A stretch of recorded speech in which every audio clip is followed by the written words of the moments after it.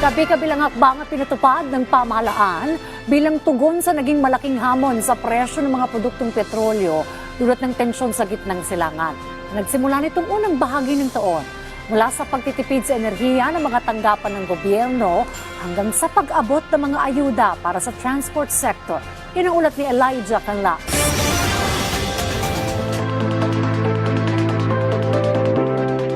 Nagbunga ng malalaking pagbabago sa pang-araw-araw na pamumuhay ng mga Pilipino at sa takbo ng lokal na ekonomiya ang mga ipinatupad na emergency energy protocols ng Administrasyong Marcos Jr. Ang mga patakarang ito ay hindi lamang nanatili sa mga opisina ng gobyerno, kundi direktang naramdaman sa komunidad sa pamamagitan ng mga makabagong sistema ng pagtatrabaho, transportasyon at singil sa kuryente.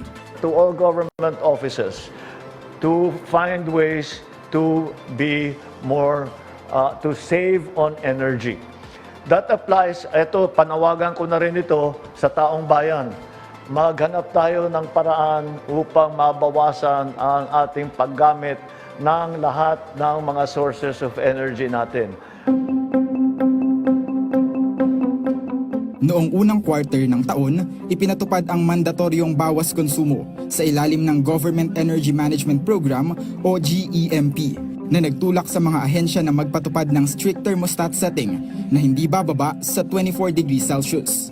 Dahil dito, nagbago ang operational routine sa mga public buildings at naging mas mulat ang mga kawani sa kahalagahan ng energy conservation sa kanilang pang-araw-araw na trabaho. Sinimulan din ng compressed work week at work from home setup na kung saan nabawasan ang mga volume ng bumabiyaheng sasakyan tuwing katapusan ng linggo na nagdulot ng bahagyang ginhawa sa trapiko, lalo na sa Metro Manila.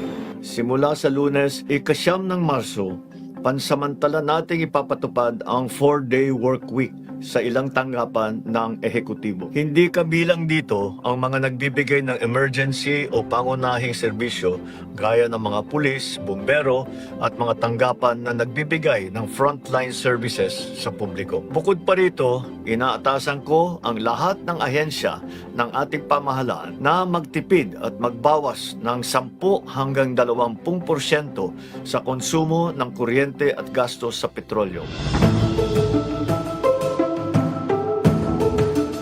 March 24, nang magdeklara ng State of Energy Emergency si Pangulong Ferdinand R. Marcos Jr. sa ilalim ng Executive Order No. 110 na nagbigay daan sa paglabas ng subsidiya para sa fuel at transport sector.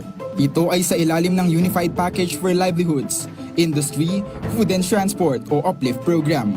Ramdam ng mga ordinaryong mamimili ang epekto ng programa dahil napanatili nito ang murang presyo ng mga pangunahing bilihin sa merkado sa kabila ng krisis sa gitnang silangan. Patuloy ang ating pag-inspeksyon para naman ang kabuhayan ng ating mga kababayan ay hindi masyado maapektuhan nitong krisis na hinaharap natin sa Middle East. Ito, ang pagpunta namin dito para tiyakin na ang presyo na ating ibinigay sa ating mga market vendor ay talaga sinusunda. Nagbunga rin ang interbensyon ng Department of Energy sa Wholesale Electricity Spot Market o WEZM ng mas mababang buwan ng electricity bills para sa milyong-milyong kabahayan. These days, I see many households installing solar panels to save on electric bills. I myself, in Ilocos Norte, installed on our house the solar panels. And what I learned, based on personal experience, was that it was very hard to sell excess electricity to the grid, only because the procedures were not in place. Inilunsad din sa tulong ng Government Service Insurance System o GSIS ang Ginhawa Solar Energy Loan na nagpahintulot sa mga miyembro na umutang ng hanggang 500,000 pesos para sa solar panels. Binigyang pagkakataon nito ang mga ordinaryong pamilya na maging self-sufficient sa kuryente at permanenteng mapababa ang kanilang buwan ng bayarin. Upang direktang maibsan ang epekto ng krisis sa langis sa mga kusina ng bansa, pansamantala ring sinuspinde ng Pangulo ang excise tax sa liquefied petroleum gas o LPG at kerosene. Sa kabuuan, ang mga hakbang na ito ay bahagi ng mas malawak na agenda ng pamahalaan na makamit ang 50% renewable energy share sa national power mix pagdating ng taong 2040.